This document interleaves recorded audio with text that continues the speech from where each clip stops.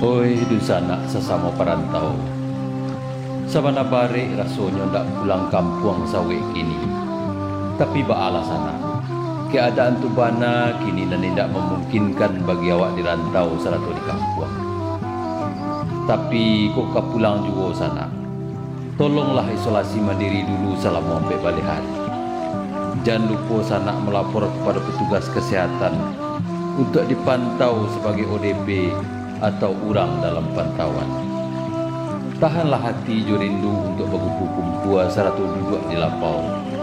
Jampang dak ada tanda-tanda damam, badan nangik lebih 38 derajat Celcius.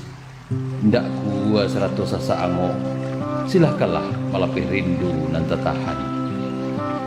Mari di sana sadonyo, awak jago orang di kampung tertular dari kita dan baru pulang dari rantau. Bisa jadi nampak badan awak sehat kerana daya tahan tubuh awak dan kuat. Tapi nak tertutup kemungkinan di sana, kita malah menularkan kepada di sana dan rentan di kampung halaman. Tapi kok boleh pinta je pintu sana. Lebih rancak awak nak pulang kampung dahulu sementara waktu.